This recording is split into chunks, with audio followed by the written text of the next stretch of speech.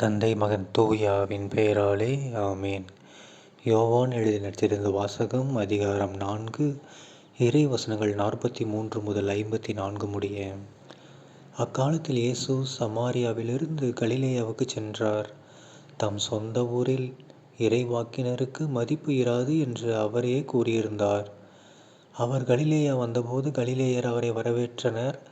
ஏனெனில் அவர்கள் திருவிழாவுக்கு சென்று இருந்தபோது எருசலேமில் அவர் செய்தவை அனைத்தையும் கண்டிருந்தனர். கலிலேயாவில் உள்ள கானாவுக்கு இயேசு மீண்டும் சென்றார். அங்கேதான் அவர் தண்ணீரை திராட்சரசம் ஆக்கியிருந்தார். கப்பர்நாகுமில் அரச அலுவலரின் மகன் ஒருவன் நோயுற்றிருந்தான்.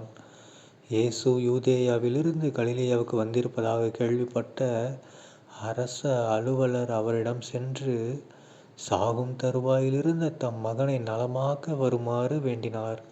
இயேசு அவரை நோக்கி, அடையாளங்களையும் அருஞ்செயல்களையும் கண்டாலன்றி நீங்கள் நம்பவே மாட்டீர்கள் என்றார்.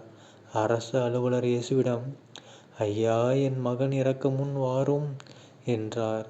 இயேசு அவரிடம், நீர் புறப்பட்டு போம், உம் மகன் பிழைத்து கொள்வான் என்றார். அவரும் இயேசு தம்மிடம் சொன்ன வார்த்தையை நம்பி புறப்பட்டு போனார். அவர் போய்க் கொண்டிருக்கும் போதே அவருடைய பணியாளர்கள் அவருக்கு எதிர்கொண்டு வந்து, மகன் பிழைத்து கொண்டான் என்று கூறினார்கள்.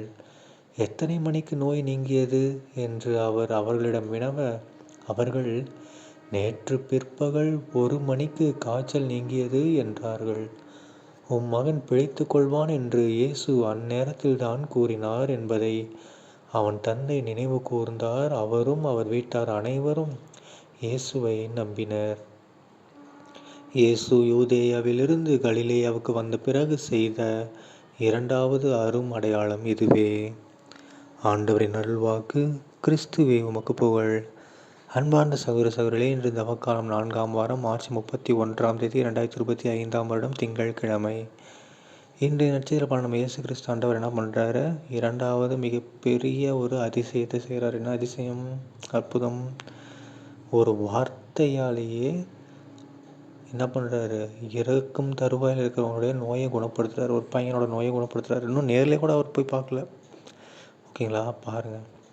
ஸோ ஏசப்பா நம்மகிட்ட அதான் சொல்கிறே, நம்ப மாட்டிங்களாடா, இன்னுமாடா அடையாளம் காட்டு, காட்சி காட்டு கேட்டு நம்பிக்கையோட ஜெபிச்சு கேளுங்க, கிடைக்கும். ஓகேங்களா? அதுக்கேற்ற மாதிரி உங்கள் மனசை மாற்றுங்க. நல்ல தூய்மையான உள்ளத்தை மாற்றுங்க. அப்போ தான் கடவுளுடைய ஆவியானவர் வந்து உள்ளுக்குள்ளே வந்து தங்குவார். அப்போ தான் கடவுள் பேசுகிறதெல்லாம் உங்களுக்கு கேட்கும். கடவுள் என்ன நினைக்கிறாரோ, என்ன ஆசைப்படுறாரோ அந்த மாதிரி நீங்கள் நடப்பீங்க அப்படின்னு ஏசப்பா உள்ளுக்குள்ளே சொல்கிறாரு. ஓகேங்களா?